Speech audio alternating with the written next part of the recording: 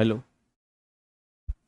चलिए, नमस्कार प्यारे साथियों, जय श्री महाकाल। कैसे हैं आप लोग? जल्दी से एक बार बताएंगे। आज बाहर पानी गिर रहा था, बरसात हो रही थी और मैं थोड़ा सा मार्केट गया हुआ था तो गीला हो गया हूं, है ना। खैर, समय से आ गया, ये बहुत बड़ी बात है मेरे लिए। तो जल्दी से सब लोग जुड़ जाएंगे। बिरबल जी, काजल नागर जी, तमाम साथी हमारे साथ जुड़े हुए हैं और आप सभी का मैं बहुत बहुत स्वागत करता हूं तहे दिल से, है ना। तो एक बार सब लोग मुझे बताएंगे, क्या मेरी आवाज आप लोगों तक पहुंच पा रही है ना?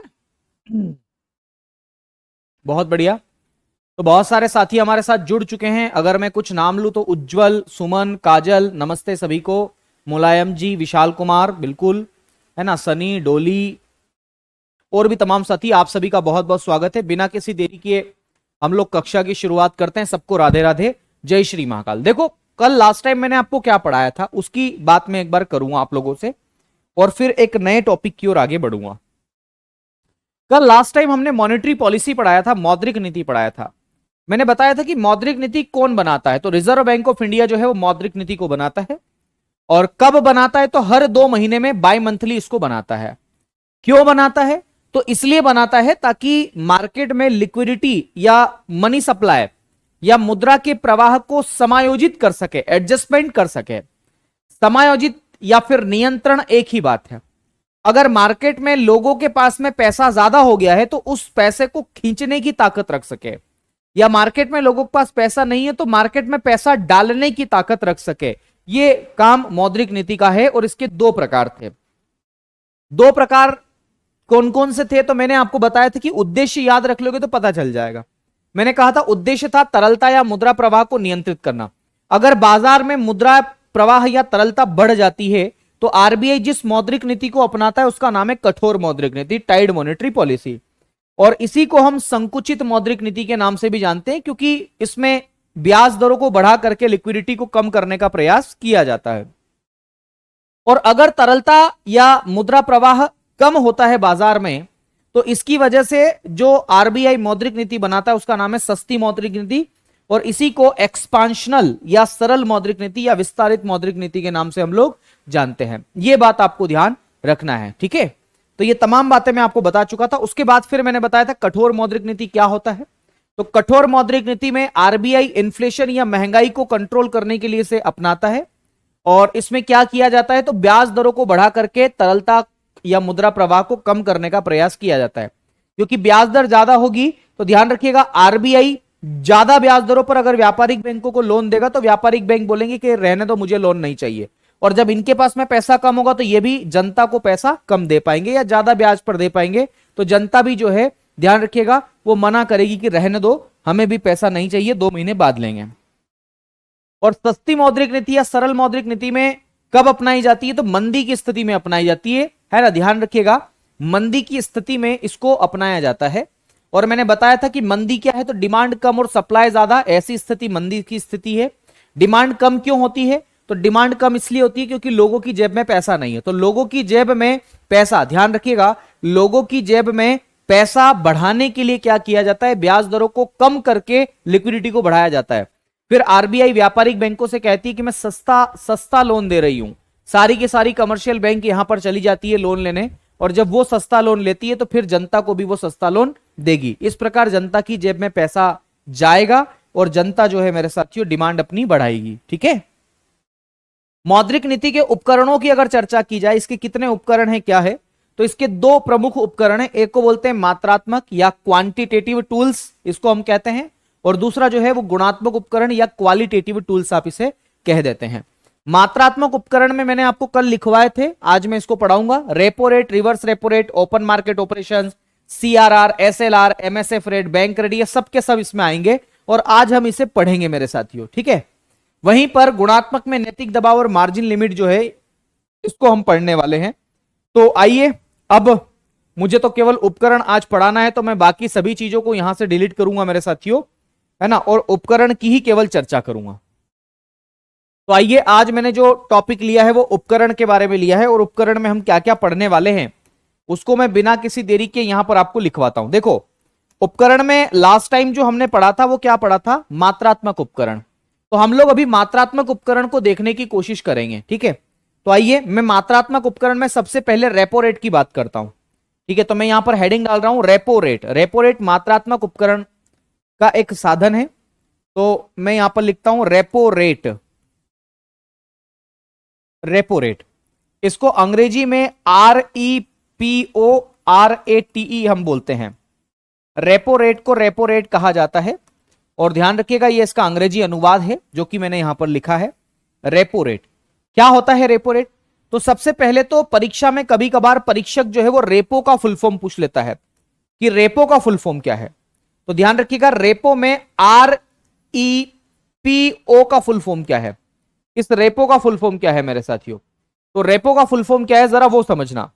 रेपो का जो फुल फॉर्म है, REPO शब्द है ना रेपो, तो रेपो का जो फुल फॉर्म है मेरे साथियों, RE का मतलब होता है री। RE का मतलब क्या होता है? री होता है, री। तो इसका मतलब तो होता है री, और P स्टैंड फॉर क्या होता है? परचेस। ध्यान रखिएगा P का मतलब क्या होता है? परचेस, है ना, तो परचेस। और O का मतलब क्या होता है? तो O का मतलब यहां पर होता है ऑप्शन। ध्यान रखिएगा O स्टैंड फॉर क्या होता है? ऑप्शन होता है मेरे साथियों। तो O का मतलब जो होता है वो क्या होता है मेरे साथियों? ऑप्शन होता है। तो इसी को हम हिंदी में क्या बोलते हैं, या अंग्रेजी में अगर मैं कहूं तो इसको हम क्या लिखेंगे? रीपरचेस ऑप्शन। क्या बोलेंगे मेरे दोस्त? इसको रीपरचेस ऑप्शन के नाम से आप इसे जानेंगे। ये एक महत्वपूर्ण बात है, याद रखिएगा, आपकी परीक्षा के लिहाज से जरूरी है। इसको क्या बोलते हैं? रीपरचेस ऑप्शन के नाम से जानते हैं। हिंदी में इसे कहते हैं पुनः क्रय विकल्प। क्या बोलते हैं? पुनः क्रय विकल्प। री का मतलब होता है पुनः, और परचेस का मतलब होता है क्रय, और ऑप्शन का मतलब क्या होता है? विकल्प होता है। तो पुनः क्रय विकल्प मेरे साथियों इसका जो है वो क्या होगा? करेक्ट आंसर होगा, या हिंदी रूपांतरण होगा। तो कभी कभी परीक्षक जो है परेशान होता है, वो अपनी बीवी से तंग आ जाता है, तो फिर वो ऐसे प्रश्न पूछ लेता है आपसे कि रेपो का फुल फॉर्म बताइए। ये होता क्या है जरा वो समझना, कि रेपो का मतलब होता क्या है।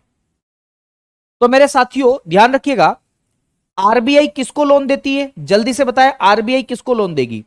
तो आरबीआई मेरे दोस्त व्यापारिक बैंकों को लोन देती है। किसको लोन देती है? आरबीआई व्यापारिक बैंकों को लोन देगी। देगी कि नहीं देगी? बोले हाँ सर बिल्कुल देगी। तो मैं एक तरफ लिखता हूं आरबीआई और दूसरी तरफ लिखता हूं व्यापारिक बैंक। क्या बोलता हूं? व्यापारिक बैंक बोलता हूं, व्यापारिक बैंक। कमर्शियल बैंक आप इसे कह देते हैं मेरे दोस्त। तो ध्यान रखना, मैं जो कॉन्सेप्ट आपको बता रहा हूं बहुत ही इंपॉर्टेंट है। वो कॉन्सेप्ट ये है मेरे दोस्त कि जब भी कभी मेरे साथियों इस कमर्शियल बैंक को पैसों की आवश्यकता पड़ती है, भैया कमर्शियल बैंक को लोन कौन देगा? तो कमर्शियल बैंक को लोन देने का काम करेगी रिजर्व बैंक ऑफ इंडिया। तो कमर्शियल बैंक जैसे कि एसबीआई आपकी हो गई, आपकी मेरे साथियों पंजाब नेशनल बैंक हो गई, है ना, और सिंडिकेट बैंक हो गई, आजकल रही नहीं है, कैनरा बैंक हो गई, ये सारी की सारी कमर्शियल बैंक है जो व्यापार करती, उसी को व्यापारिक बैंक या कमर्शियल बैंक के नाम से आप इसे जानते हैं। यह बात आपको ध्यान रखना है। तो जब भी कमर्शियल बैंक को पैसों की आवश्यकता पड़ती है तो कमर्शियल बैंक किसको फोन लगाएगी? तो ध्यान रखिएगा, कमर्शियल बैंक इस व्यापारिक बैंक को कॉल करेगी और कहेगी यार मुझे कुछ पैसों की आवश्यकता है। तो व्यापारिक बैंक कहेगी कि ठीक है दे दूंगा पैसा, तो कोई दिक्कत वाली बात नहीं है। सॉरी, आरबीआई क्या कहेगी कि दे दूंगी पैसे, तो दे दूंगी मैं, कोई दिक्कत नहीं है, लेकिन बदले में तुम्हें कुछ ना कुछ गिरवी रखना पड़ेगा। क्या रखना पड़ेगा? गिरवी रखना पड़ेगा। यह बात आपको ध्यान रखना है। तो मेरे साथियों इसमें कुछ ना कुछ जो है वो गिरवी रखना पड़ेगा, यह बात आपको ध्यान रखना है। तो गिरवी जो भी इसके पास रखते हैं उसको हम लोग क्या बोलते हैं? कोलेट्रल बोलते हैं। क्या बोलते हैं मेरे साथियों? कोलेट्रल बोलते हैं उसको। तो इसको कोलेट्रल या हम कहें प्रतिभूति, कोलेट्रल हम इसे कहते हैं। मैं इसको सामान्य शब्दों में सिक्योरिटीज बोलते हैं हम लोग, या कोलेट्रल भी आप कह ले। तो मैंने लिखा सिक्योरिटीज। इसने कुछ मेरे साथियों आरबीआई के पास में गिरवी रख दिया कि चलो मेरी ये जमीन के कागज है वो सब गिरवी रख दिए, जो भी हो मेरे साथियों, और आरबीआई को भरोसा हो गया कि चलो पैसा दे देगा टाइम पे, कोई दिक्कत वाली बात है ही नहीं। तो फिर आरबीआई क्या करेगा? पैसा जो है वो यहां से यहां पर पहुंचा देगा। यानी कि आरबीआई ने लोन किसको दिया? तो आरबीआई ने लोन, या मेरे साथियों इसी को बोलते हैं ऋण, ये ऋण इस व्यापारिक बैंक को दे दिया। बदले में जो व्यापारिक बैंक, मेरे साथियों ध्यान रखना, जो व्यापारिक बैंक आरबीआई को, ध्यान रखना, जो व्यापारिक बैंक आरबीआई को ब्याज देंगे उसी ब्याज दर को हम लोग क्या कहते हैं? ये जो ब्याज देंगे मेरे साथियों, इंटरेस्ट देंगे, इसी ब्याज दर को हम लोग क्या बोलते हैं? रेपो रेट कहते हैं। इसी ब्याज दर को हम लोग क्या कहेंगे मेरे दोस्त? रेपो रेट कहेंगे। रेपो रेट कहेंगे। फिर से समझना, मैं जो वाक्य कह रहा हूं वो, जब भी कभी व्यापारिक बैंकों को पैसों की आवश्यकता पड़ती है तो व्यापारिक बैंक आरबीआई का दरवाजा खटखटाती है। आरबीआई बोलती है कि मैं पैसे तो दे दूंगी लेकिन कुछ तो गिरवी रखो मेरे पास में। ध्यान रखिएगा, कुछ तो गिरवी रखो। तो ये इसके पास में कोई चीज गिरवी रखती है, चाहे इसकी संपत्ति हो, कुछ भी हो। आरबीआई को भरोसा हो जाता है, आरबीआई इसको लोन दे देती है, बदले में व्यापारिक बैंक इसको ब्याज देती रहती है। ठीक है, ध्यान रखना, ब्याज जो है वो देती रहती है। तो इसी दर को हम लोग क्या बोलते हैं? रेपो रेट बोलेंगे। इसी जो इंटरेस्ट रेट है इसी को हम लोग क्या बोलते हैं? रेपो रेट कहेंगे मेरे दोस्त। बात आ गई समझ में आप लोगों को? बात आ गई समझ में आप लोगों को? बताओ जरा एक बार, कोई दिक्कत वाली बात तो नहीं है ना? ठीक है, तो यहां पर अगर इतनी बात आपको समझ में आ गई है तो फिर आगे भी आपको चीजें समझ में आ जाएगी। अब वो कौन कौन सी चीजें जरा आइए मैं उसको डिस्कस कर लेता हूं। अगर मैं एक परिभाषा लिखूं, और परिभाषा ये है कि जिस ब्याज दर पर आरबीआई कमर्शियल बैंकों को लोन देती है उस ब्याज दर को हम रेपो रेट कहते हैं। कोई दिक्कत तो नहीं है? बाकी मैं बात बता दूं आपको, ये जो ब्याज दर है ये शॉर्ट टर्म के लिए है। सॉरी, ये जो लोन दे रही है आरबीआई ये शॉर्ट टर्म के लिए। शॉर्ट टर्म का मतलब है अधिकतम 15 दिन, मतलब कम समय के लिए इसको क्या कर रही है? लोन दे रही है। ये बात आपको ध्यान रखना है। ठीक है, चलिए, तो मैं इसमें एक परिभाषा लिखता हूं।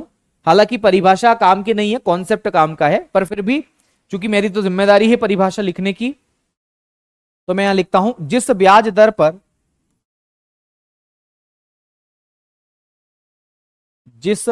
दर पर और ब्याज दर को इंटरेस्ट रेट बोलते हैं, आईआर हम इसे कह देते हैं। तो जिस ब्याज दर पर आरबीआई कमर्शियल बैंकों को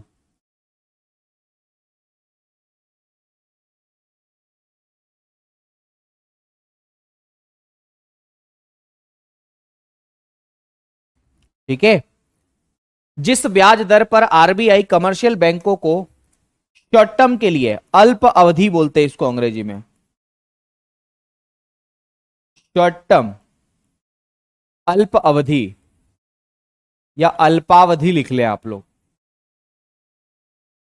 अल्पावधि के लिए ऋण देता है, ऋण देता है,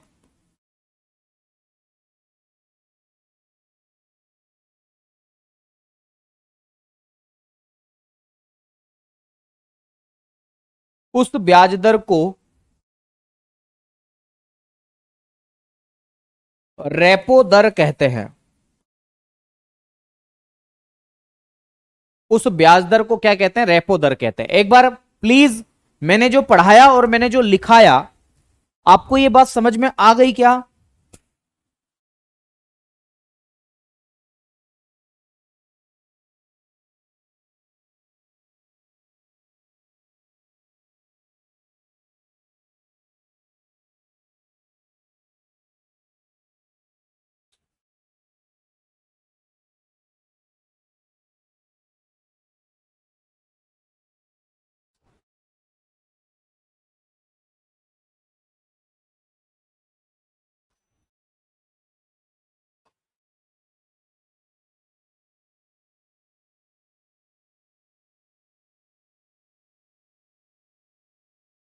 क्या इतना समझ में आ गया आप लोगों को? एक बार प्लीज मुझे बताएंगे क्या अगर इतनी बात समझ में आ गई आप लोगों को? अगर आ गई है तो आपकी कसम बहुत अच्छी बात है, बहुत सिंपल सी बात है ये, है ना? यस सर, क्लियर है, छाया ने कहा, अंजलि ने कहा। एक बार दोबारा रिपीट कर दो पूजा।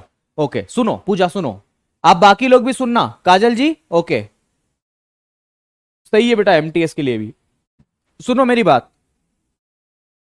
जिस ब्याज दर पर आरबीआई कमर्शियल बैंकों को शॉर्ट टर्म के लिए, कम समय के लिए ऋण देता है उसी को हम लोग क्या बोलते हैं? रेपो रेट कहते हैं। जब भी कभी कमर्शियल बैंकों को शॉर्ट टर्म के लिए मेरे साथियों पैसों की आवश्यकता पड़ती है तो कमर्शियल बैंक आरबीआई का दरवाजा खटखटाते हैं और आरबीआई से कहते हैं कि यार मुझे कुछ पैसों की आवश्यकता है। आरबीआई बोलता है ठीक है, कुछ गिरवी रख दो मेरे पास में, कुछ कोलेट्रल रख दो।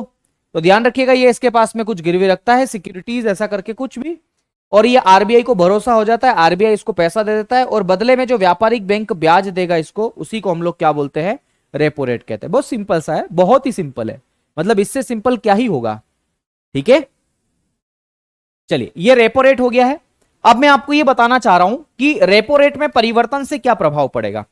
अगर मेरे साथियों रेपो रेट बढ़ेगा तो तरलता पर क्या प्रभाव पड़ेगा। तो मैं ये कह रहा हूं कि अगर रेपो रेट बढ़ेगा, जैसे मान लो आरबीआई ने अपनी मॉनेटरी पॉलिसी में रेपो रेट को बढ़ाया, ब्याज दर बढ़ा लिया, तो ब्याज दर बढ़ाने से लिक्विडिटी या तरलता पर क्या प्रभाव पड़ेगा। तो ध्यान रखिएगा, रेपो रेट बढ़ाने पर या ब्याज दर बढ़ाने पर तरलता पर क्या प्रभाव पड़ेगा। तो ब्याज दर बढ़ाने पर जो लिक्विडिटी है मार्केट में वो क्या हो जाएगी, कम हो जाएगी। क्यों, क्योंकि ज्यादा महंगा मेरे साथियों ये लोन देंगे भाई।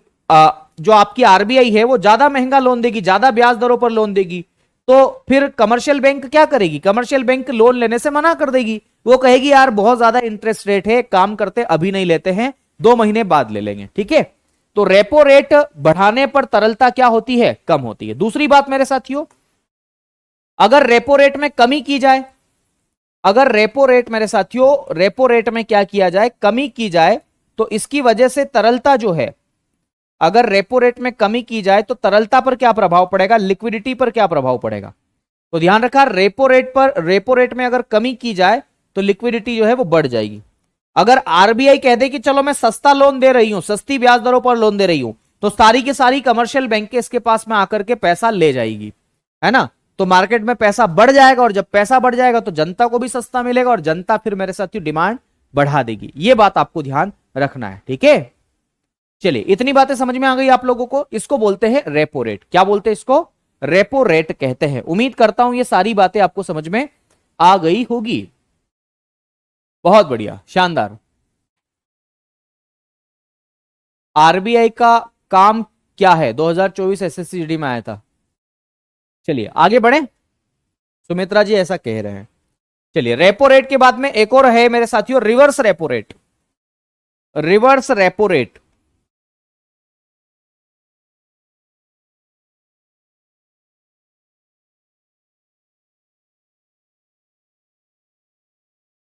रिवर्स रेपो रेट आप इसे कहते हैं। क्या बोलते हैं, रिवर्स रेपो रेट। और इसको बोलते हैं ट्रिपल आर या 3R भी आप इसे कह देते हैं, इसे रिवर्स रेपो रेट मेरे साथियों, है ना। Reverse repo rate, reverse repo rate कहते हैं। अब रिवर्स रेपो रेट में क्या है, तो बिल्कुल उल्टा है। बोले क्या उल्टा है सर, ढंग से बताओ, है ना, आप बोल सकते हैं।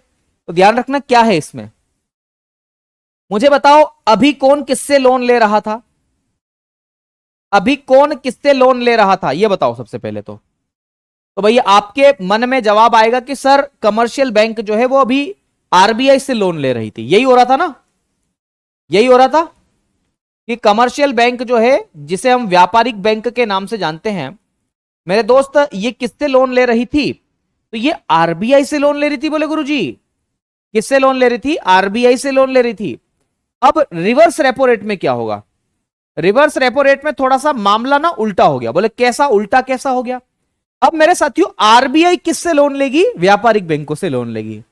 हालांकि आपके मन में यह सवाल आएगा कि सर आरबीआई को भला लोन की क्या लेने की आवश्यकता है, इन कमर्शियल बैंकों से लेती है जब उसे लगता है कि मार्केट में लिक्विडिटी कम है तो बढ़ाने के लिए लेती है, और जब उसको लगता है कि मार्केट में लिक्विडिटी ज्यादा है तो कम करने के लिए लोन लेती है, पर लेती है।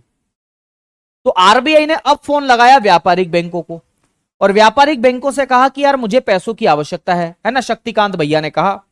तो व्यापारिक बैंकों ने मेरे साथियों ध्यान रखना, व्यापारिक बैंकों ने, अब चूंकि ये तो बैंकों का बाप है आरबीआई, है ना, तो व्यापारिक बैंकों को तो इनको गिरवी रखने की कुछ आवश्यकता है नहीं। तो व्यापारिक बैंकों ने क्या किया, पैसा जो है मेरे साथियों या लोन जो है वो किसको दे दिया, इस आरबीआई को दे दिया। तो लोन या धन या पैसा जो है या ऋण हम इसे कहते हैं, ये ऋण कहां से कहां चला गया, तो व्यापारिक बैंकों से, कमर्शियल बैंकों से ये आरबीआई के पास में क्या चला गया, लोन चला गया। ठीक है, बदले में अब ध्यान रखना आरबीआई भी जो है वो इन बैंकों को, व्यापारिक बैंकों को कुछ न कुछ ब्याज देंगे। क्या देंगे, ये इनको ब्याज देंगे। तो जो भी ब्याज दर देंगे मेरे साथियों, इंटरेस्ट रेट देंगे, उसी इंटरेस्ट रेट को हम लोग किस नाम से जानते हैं, तो उसी इंटरेस्ट रेट को हम लोग बोलते हैं ट्रिपल आर या रिवर्स रेपो रेट। क्या बोलते हैं उसको, रिवर्स रेपो रेट बोलते हैं। रिवर्स रेपो रेट कहते हैं। अब मैं एक परिभाषा बोल रहा हूं, सुनना मेरी बात को। देखो, रटोगे तो कुछ भी समझ में नहीं आएगा, और अगर समझोगे तो हर एक बात समझ में आएगा। मैं जो ये कह रहा हूं मेरे साथियों, वो क्या है वो समझना। मैं ये कह रहा हूं कि आरबीआई जिस ब्याज दर पर व्यापारिक बैंकों से लोन लेती है, अब ये लेगी, उस ब्याज दर को क्या कहेंगे? रिवर्स रेपो रेट कहेंगे। सिंपल सी बात है, ठीक है। चलिए, बहुत बढ़िया। तो सुनिएगा मेरी बात को। यहां पर मैं एक परिभाषा लिखता हूं इसके बारे में, और मैं लिखता हूं आरबीआई जिस ब्याज दर पर आरबीआई जिस ब्याज दर पर, यानी कि इंटरेस्ट रेट, जिस ब्याज दर पर आरबीआई जिस ब्याज दर पर कमर्शियल बैंकों से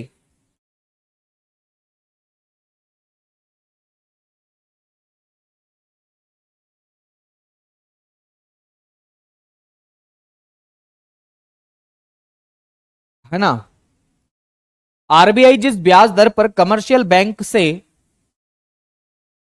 शॉर्ट टर्म के लिए, शॉर्ट टर्म का मतलब है अल्प अवधि, अल्प अवधि मतलब कम समय के लिए, 15 दिन के लिए लगभग लगभग, है ना, अल्प अवधि या अल्पावधि। आरबीआई जिस ब्याज दर पर कमर्शियल बैंकों से शॉर्ट टर्म के लिए ऋण या लोन लेता है, ऋण या इसी को हम लोग अंग्रेजी में लिखते हैं लोन, लेता है, ऋण या लोन लेता है, उस ब्याज दर को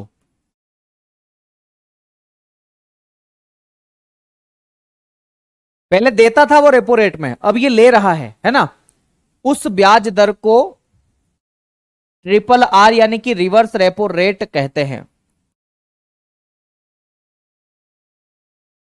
उस ब्याज दर को क्या कहते हैं?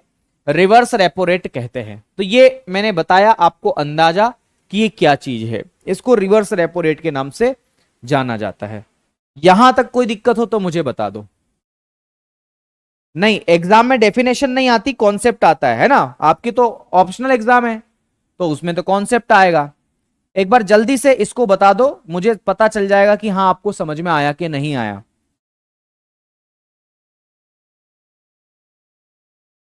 एक बार जल्दी से बताएंगे मेरे साथियों इसको। रिवर्स रेपो रेट कहते हैं उस ब्याज दर को क्या कहते हैं? रिवर्स रेपो रेट कहते हैं। चलिए, आपको आवाज अच्छी आ रही है, बहुत बढ़िया। ये क्या चीज पहले दे,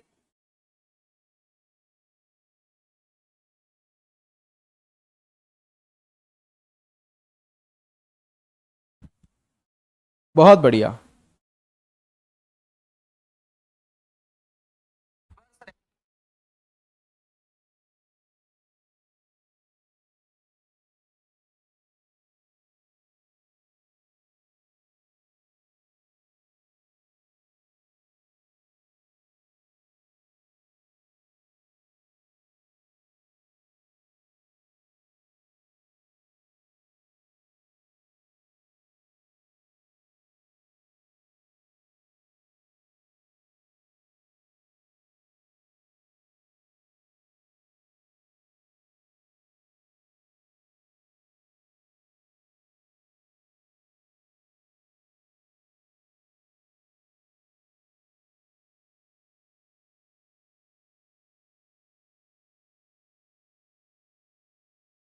शानदार, है ना।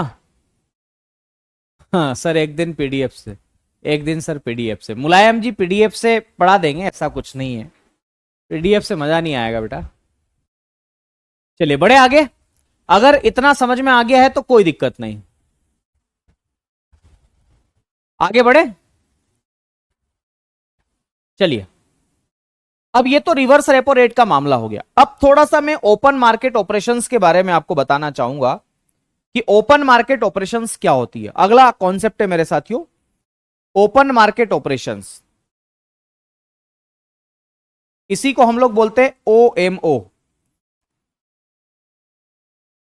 क्या बोलते हैं इसको? ओएमओ,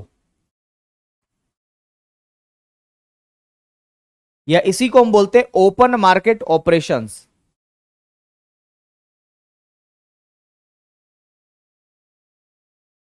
और ओपन मार्केट ऑपरेशंस को आप अगर आसान भाषा में समझें तो मेरे साथियों इसे हम बोलते हैं खुले बाजार की क्रियाएं।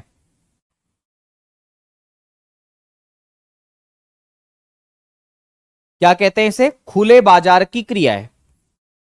ओपन का मतलब होता है खुला और मार्केट का मतलब होता है बाजार।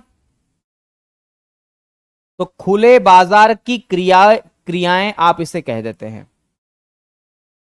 ओपन मार्केट ऑपरेशंस का मतलब है खुले बाजार की क्रियाएं।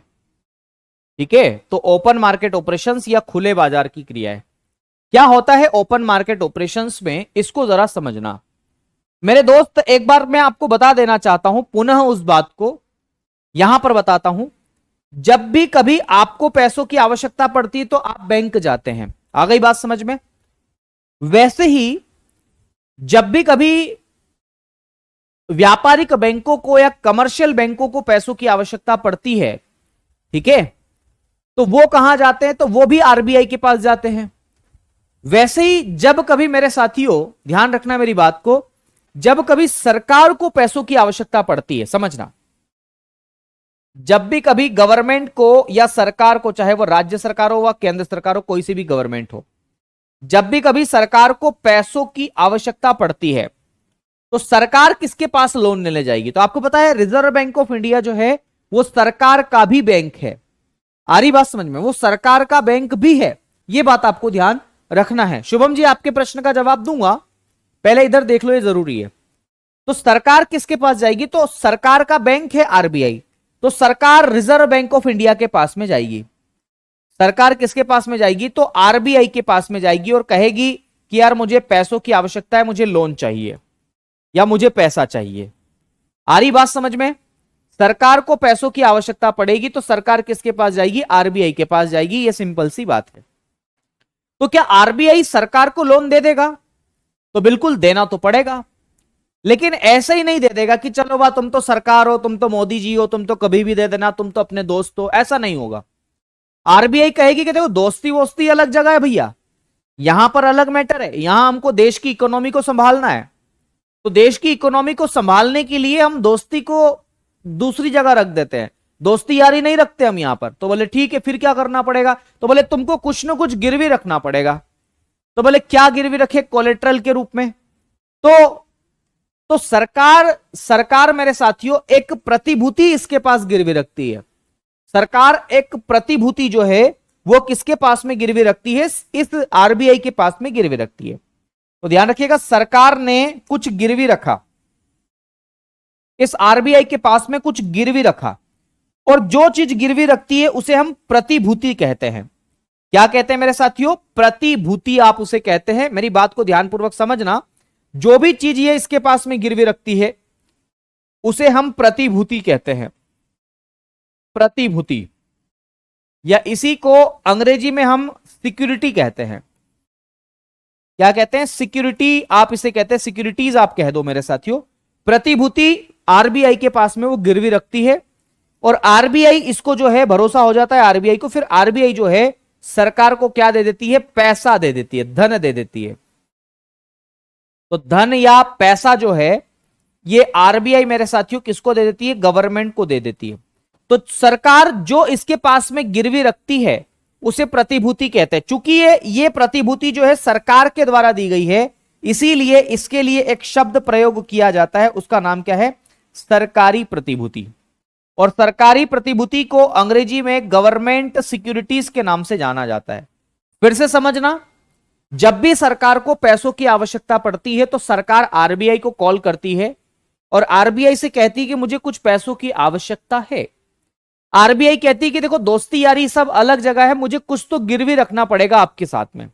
तो बोले ठीक है, गिरवी रख देते हैं। तो प्रतिभूति ये गिरवी रखती। प्रतिभूति कुछ नहीं है, कागज है।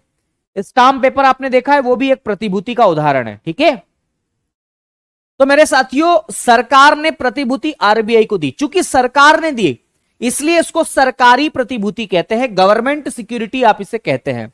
और गवर्नमेंट सिक्योरिटीज को आप शॉर्ट फॉर्म में किस नाम से लिखते हैं? तो इसे जी सैक कहते हैं। क्या बोलते हैं? जी सैक। जी सैक का मतलब होता है गवर्नमेंट सिक्योरिटी। क्या बोलते हैं मेरे साथियों, जी सेक को हम लोग क्या बोलते हैं, गवर्नमेंट सिक्योरिटीज कहते हैं। तो सरकार गवर्नमेंट सिक्योरिटीज आरबीआई को दे देती है, आरबीआई को भरोसा हो जाता है, और आरबीआई जो है मेरे दोस्त वो क्या करता है, इस गवर्नमेंट सिक्योरिटी को लेकर के सरकार को क्या दे देता है, पैसा दे देता है। अब गवर्नमेंट सिक्योरिटीज किसके पास में आ गई ये बताओ, अब गवर्नमेंट सिक्योरिटीज किसके पास में आ गई है, प्रतिभूति बोलते हैं। चलो आपकी जिज्ञासाओं को मैं शांत करता हूं। मुझे 3 कमेंट ऐसे दिखाई दिए इसमें, जिसमें बच्चा पूछ रहा है कि सर प्रतिभूति क्या है। बहुत बढ़िया, शानदार, अच्छा प्रश्न है, very good question, I am impressed from your question कि सर प्रतिभूति क्या है। मैं बताता हूं प्रतिभूति है क्या, इसे सिक्योरिटीज कहते हैं। तो मेरे पास में एक ये नॉर्मल सा कागज है, ध्यान रखना ये कागज है, ये स्टाम्प पेपर हो सकता है, क्योंकि ये कागज जो है ध्यान रखिएगा, ये कागज सरकार ने जारी किया है, कागज को ही प्रतिभूति कहते हैं। लेकिन वो कागज ऐसा वैसा कागज नहीं होता है, उस कागज की वैल्यू होती है। जैसे आप कोई मकान खरीदते हो, आप कोई जमीन खरीदते हो, तो आप स्टाम्प ड्यूटी और रजिस्ट्री करवाते हो कि नहीं करवाते हो, रजिस्ट्री करवाते हो ना। तो वो जो रजिस्ट्री है ना वो कागज है, क्या उस कागज की वैल्यू नहीं है भैया, उस कागज की इतनी वैल्यू है ना कि पूछो मत। आ रही बात समझ में, वो कागज नहीं है, वो असली में आपकी संपत्ति है। तो ध्यान रखिएगा मेरे दोस्त, ये मान लो ये प्रतिभूति है, स्टाम्प पेपर बोल दो, इसे रजिस्ट्री बोलो, कुछ भी बोल दो, ये प्रतिभूति है।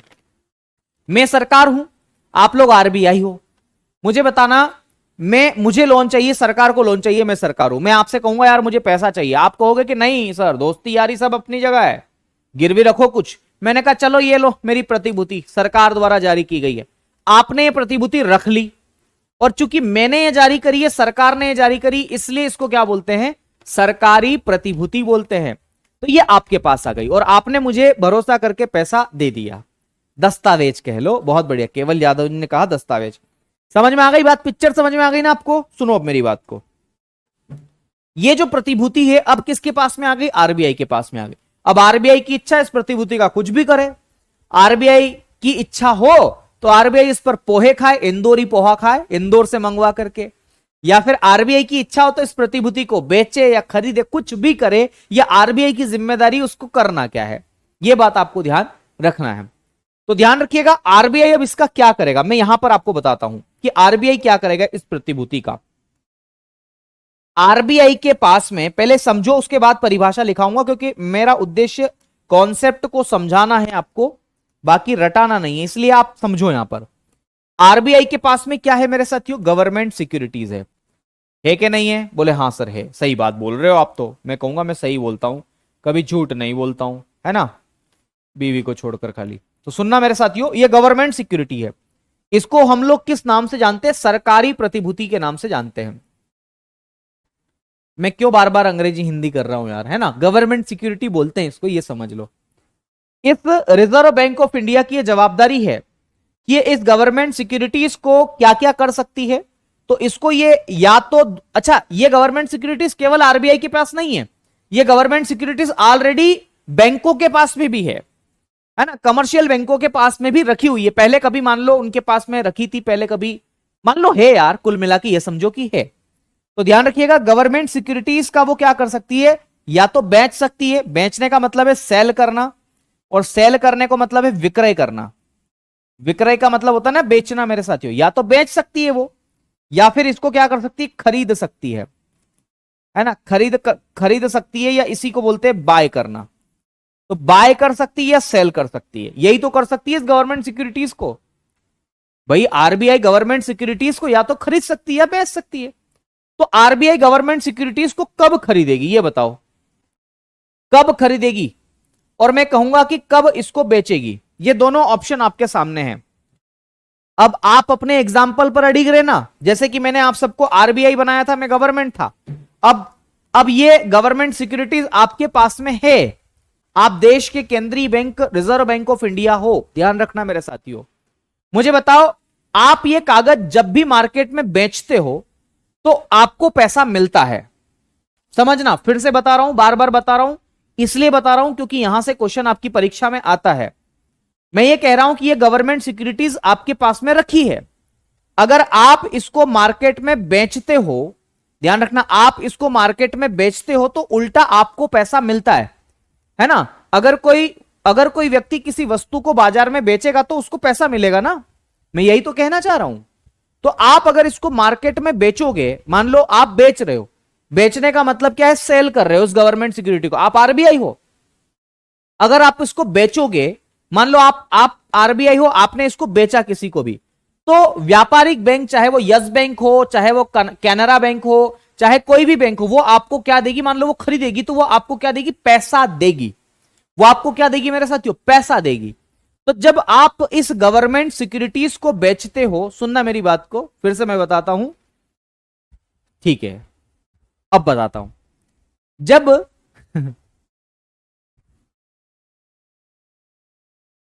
मैं समझा रहा हूं तो समझ में आता है आप लोगों को, नहीं आता? आता है, अच्छा ठीक है, फिर से सुनो।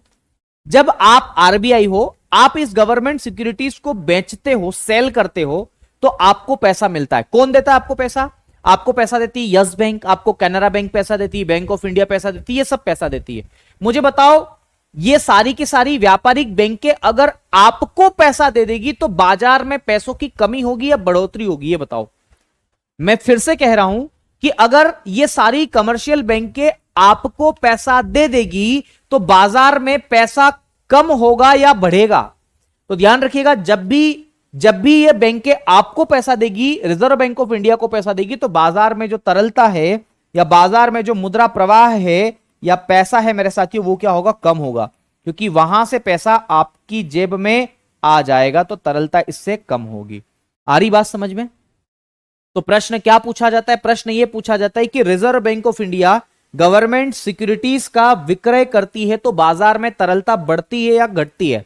तो ध्यान रखिएगा, बाजार में तरलता कम होगी, घटेगी, क्योंकि Canara bank, yes bank, bank of India, ये सारी बैंकें तो आपको पैसा दे देगी, तो उनके पास तो पैसा बचेगा ही नहीं। जब उनके पास नहीं बचेगा तो फिर वो जनता को क्या लोन देगी? जनता को लोन देने के लिए पैसा ही नहीं बचेगा ना, तो कम होगा। वहीं पर मान लो आप आरबीआई हो और आप फ्री हो, है ना, आपको लग रहा है कि यार बाजार में मंदी की स्थिति है, डिप्रेशन की स्थिति, रिसेशन चल रहा है, तो आपको लगेगा कि यार एक काम करता हूं, मैं खरीद लेता हूं, क्योंकि आप किसी चीज को खरीदोगे तो बदले में आप उसको पैसा दोगे। तो आप आरबीआई और आप व्यापारिक बैंकों से कह रहे हो, लाओ रे भैया, जो जो मुझे गवर्नमेंट सिक्योरिटीज देना चाहता है दे दो, मैं खरीदने के लिए तैयार हूं, आप ये कहोगे। और यस बैंक आपके पास में आई और आपको गवर्नमेंट सिक्योरिटी दी, और आपने वो गवर्नमेंट सिक्योरिटीज क्या करी, ले ली मेरे साथियों, आपने ले ली, बदले में अपनी जेब से पैसा निकाला और आपने उस यस बैंक को पैसा दे दिया। इसका मतलब जब भी आरबीआई इस गवर्नमेंट सिक्योरिटीज को क्या करती है, खरीदती है, तो इसकी वजह से आप जो है वो पैसा बाजार में या कमर्शियल बैंकों को देते हो, इसकी वजह से लिक्विडिटी मार्केट में क्या होती है, बढ़ती है। क्या होती है मेरे साथियों, मार्केट में लिक्विडिटी जो है वो क्या होगी, बढ़ेगी।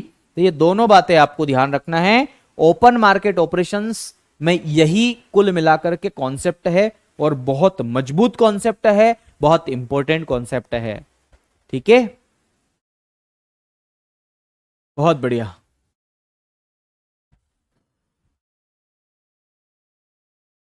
चलिए,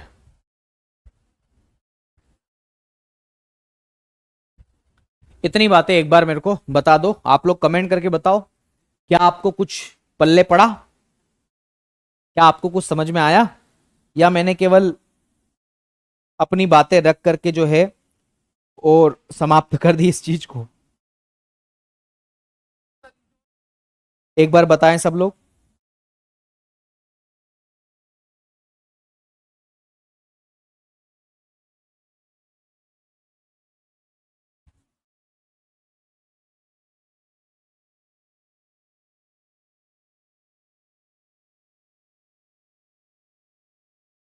बहुत बढ़िया।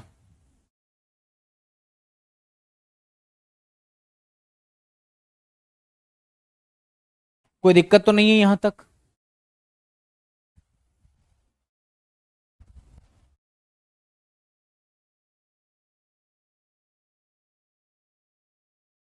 आपके प्रश्नों का जवाब भी दूंगा। एक बच्चे का प्रश्न है कि सर आरबीआई लोन क्यों लेता है जब उसके पास में बहुत सारा, ध्यान रखना, बहुत सारा पैसा है, वो छाप सकता है, तो फिर वो बैंक से लोन क्यों लेता है? ये प्रश्न एक बच्चे का है। मेरे दोस्त, अगर आरबीआई पैसा छापने की मशीन उसके पास में है ना, और अगर वो पैसा खूब छापता है तो क्या होगा, तो महंगाई बढ़ जाएगी, हर व्यक्ति के पास में पैसा हो जाएगा, तो इससे महंगाई बढ़ेगी, जो कि अच्छी बात नहीं है। ठीक है, बहुत बढ़िया सर। उन्हें गवर्नमेंट सिक्योरिटीज क्या कहना चाह रहे हैं, समझ में आया। ओके, चलिए, मैंने पूरी कोशिश की इसको समझाने की। अगर फिर भी आपको डाउट है तो इस वीडियो को पूरा देखना वापस से।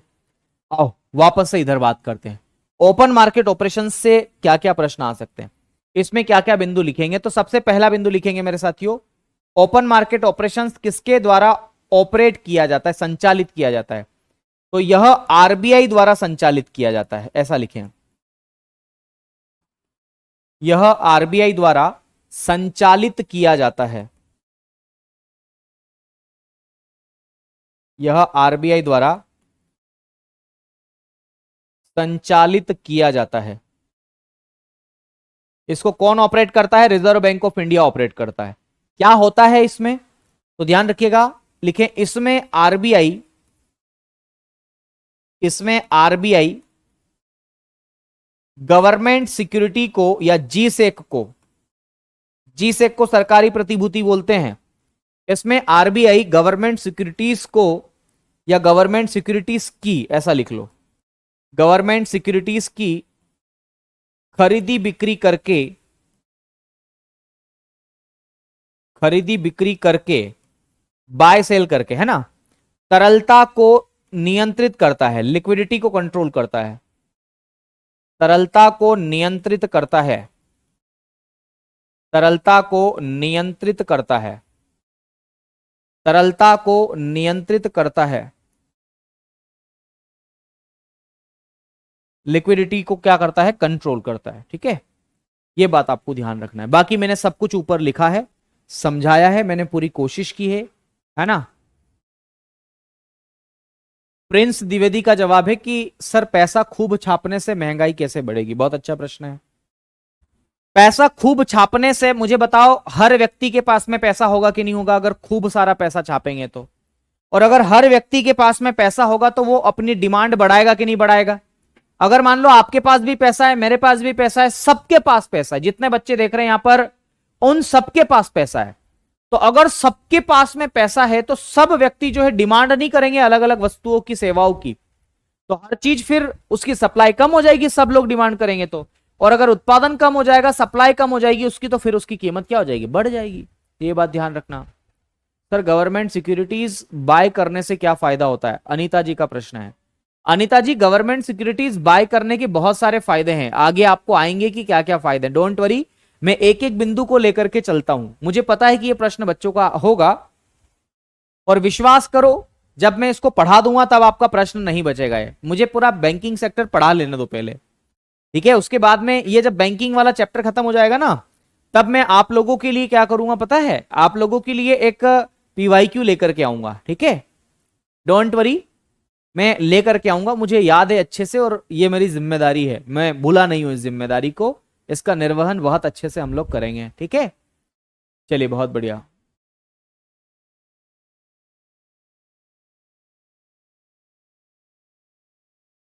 बिरबल जी ने जवाब सही दिया है, पैसा बहुत ज्यादा होने से मुद्रा का मूल्य घट जाएगा और महंगाई बढ़ जाएगी। बहुत बढ़िया, शानदार। चलिए, उम्मीद है ये सब बातें आपको समझ में आ गई होगी। अब ध्यान रखना, मैं सीआरआर और एसएलआर के बारे में आपको बताना चाहूंगा कि ये दोनों क्या चीज है। तो यहां पर आप हेडिंग डालेंगे सीआरआर। अच्छा, सीआरआर को समझने के लिए पहले का बेसिक सी रूपरेखा मैं आपको बता देता हूं। बैंक दरअसल करता क्या है ये बताओ। तो बैंक के दो फंक्शन, जो मैं आपको बार बार बताता हूं वही आपको बताना है यहां पर। बैंक के मूल रूप से दो फंक्शंस हैं। बैंक क्या करता है, अगर मैं आपसे ये पूछूं तो मेन फंक्शन, अगर कमर्शियल बैंक के मेन फंक्शंस में आपसे पूछूं तो आप क्या जवाब देंगे, तो मेरे ख्याल से आप सभी वही जवाब देना जो मैं दे रहा हूं। बैंक के मूल फंक्शंस अगर आपसे पूछा जाए या मेन फंक्शंस आपसे पूछा जाए, तो सबसे पहला जो फंक्शंस बैंक का है वो फंक्शन क्या है पता है, वो फंक्शन है मेरे साथियों जमा स्वीकार करना। बैंक का मेन फंक्शन जो है वो जमा स्वीकार करने का है, मतलब वो जनता से पैसा क्या करती है, जमा करती है, स्वीकार करती है। तो पहला है मेरे साथियों जमा स्वीकार करना। किससे जमा स्वीकार करती है? एक्सेप्ट डिपॉजिट आप इसे कहते हैं, जमा स्वीकार करना, जमा स्वीकार करना। और इसको हम अंग्रेजी में किस नाम से जानते हैं? तो इसको हम अंग्रेजी में जानते हैं एक्सेप्ट डिपॉजिट। क्या बोलते हैं? Accept deposit.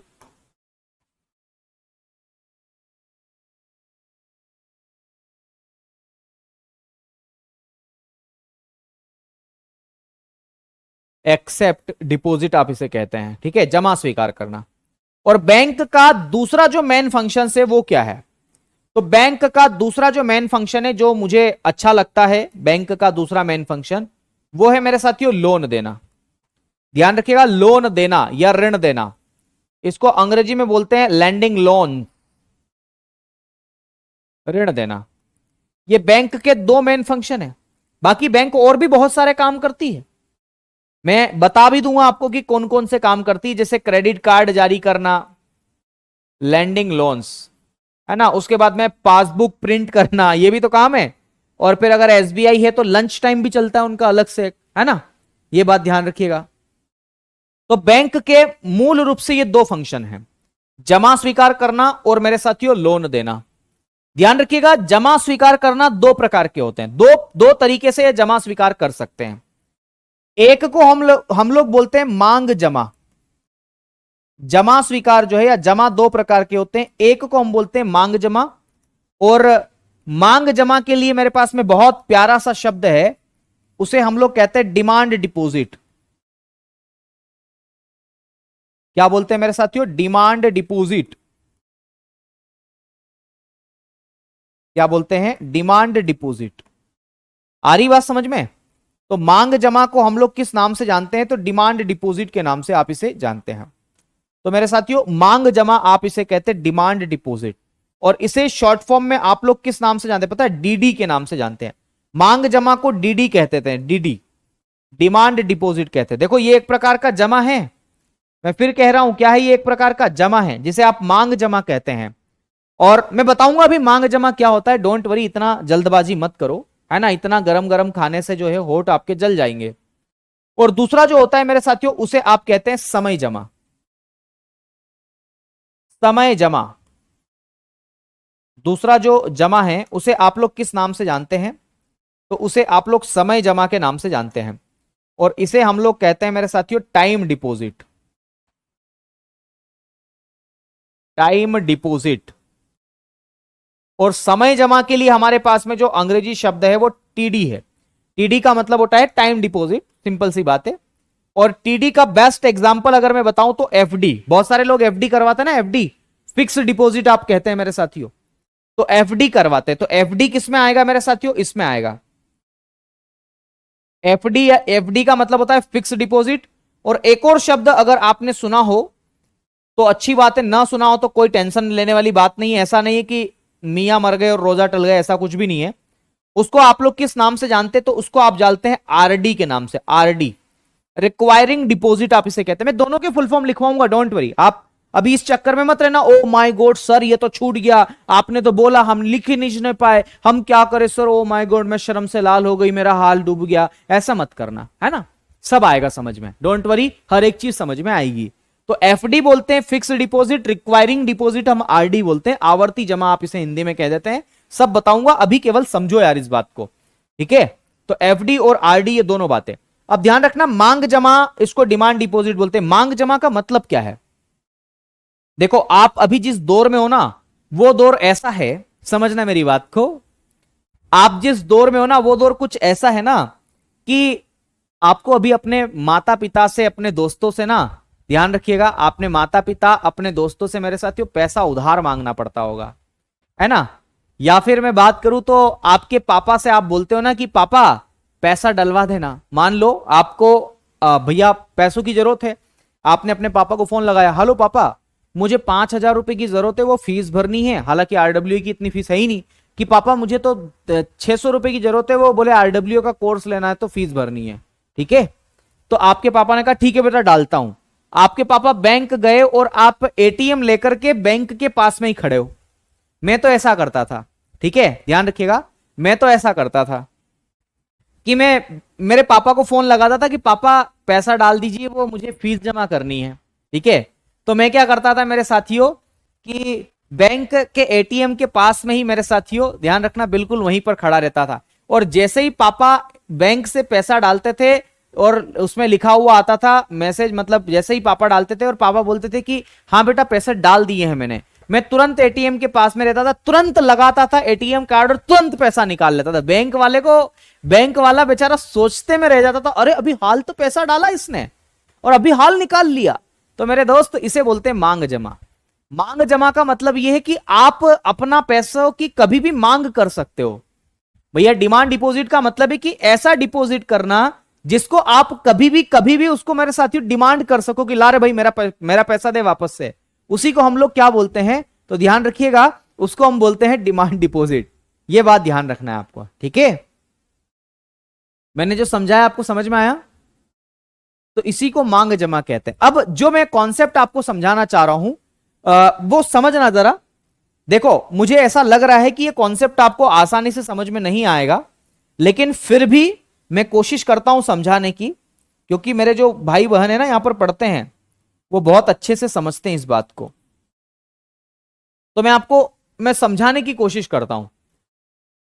ये गणित का सूत्र यहां मत लगाना, मैं जो सिंपल सा सूत्र बता रहा हूं है ना, ध्यान रखिएगा, वो केवल आपको यहां पर ध्यान रखना है।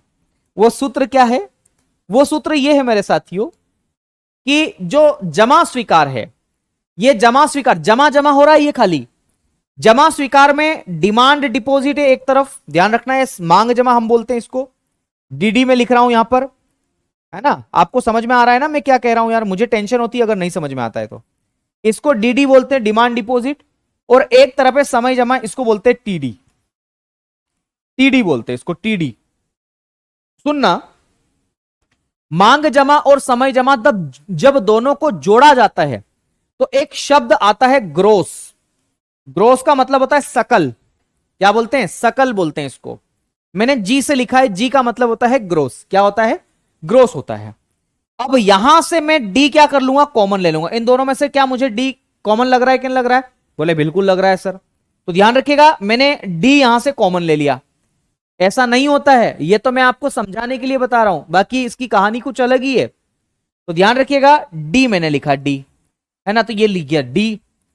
अब डी यहां से भी हो गया था, तो डी मैंने दोनों जगह से कॉमन ले लिया था, तो डी कॉमन आ गया, डी खत्म हो गया। बचा क्या? यहां पर टी बचा है, तो मैं लिख दूंगा टी। क्या लिख दूंगा? टी। तो ध्यान रखिएगा, इसको बोलते हैं जी डी टी, और एल मेरी तरफ से लगा लेना आप। ये एल कहां से आया इसको मैं कल समझाऊंगा। कल से मेरा मतलब है कल, जी हां, कल आपकी क्लास रहेगी रात को 9:30 बजे, मैं फिर क्लास लूंगा, ठीक है। तो इतना केवल समझ लो कि जीडीटीएल आ गया। अब ये जीडीटीएल क्या है, तो आप गूगल करके थोड़ा सा कोशिश करना कि जीडीटीएल का फुल फॉर्म क्या है, ठीक है। बाकी मैं कल आपको बताऊंगा, तो कल इससे आगे हम लोग चर्चा करेंगे। आज मैंने इतना ही आपके लिए छोड़ रखा है, ठीक है, ये बात आपको ध्यान रखना है। चलिए, मैं समझाने में कामयाब रहा या फिर विफल हो गया, एक बार कमेंट करके जरूर बताना। और मेरे दोस्त, अगर आप मन से पढ़ते हो ना, मन से मेरा मतलब है कि बिल्कुल होशो हवास से पढ़ते हो, तो फिर आपको अच्छे से समझ में आएगा। और अगर आपका दिमाग खाना खाने में है, या साथिया साथ निभाना में है, गोपी बहू में है ना, या फिर किसी भी मूवी आप देख रहे हो और मूवी देखते देखते आप इकोनॉमिक्स पढ़ रहे हैं, तो फिर आपको समझ में नहीं आएगा, ठीक है। चलिए, अगर आ गया है तो मुझे बताओ कि हाँ सर समझ में आ गया है। चलिए, जय महाकाल कोमल जी। अब जितने लोग जाना चाहते हैं वो जा सकते हैं, जिसका कोई डाउट है तो वो रुक जाओ केवल, है ना। आज मैं इतना ही पढ़ाऊंगा, इससे ज्यादा अब नहीं पढ़ाऊंगा, नहीं तो आर पार जिला धार वाला मामला हो जाएगा।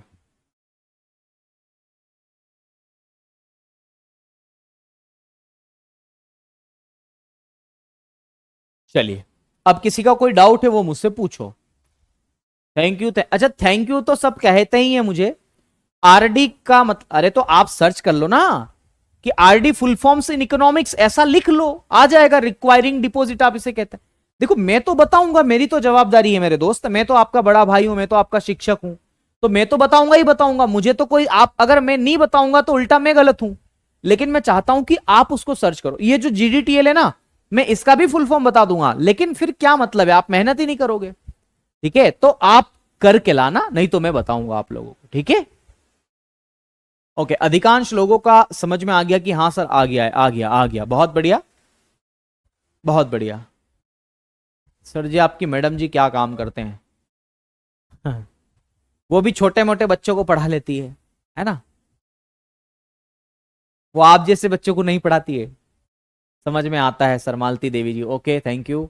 आरती शर्मा सर, साथिया सीरियल अब नहीं आता, ओह दुखद, दुखद, बड़ी दुखद सूचना है। तो अब नहीं आता साथिया साथ निभाना? मेरी मम्मी तो उसी को देखती थी, अब नहीं आता वो। कितना बड़ा दुख हुआ इस बात का। चलिए बहुत बढ़िया, ठीक है, ओके बाय सभी को, गुड नाइट। खूब पढ़िए, मस्त रहिए, स्वस्थ रहिए और एंजॉय करते रहिए, है ना। और पढ़ते रहिए यार, कल मिलते हैं शाम को 9:30 बजे। शुक्रिया, धन्यवाद।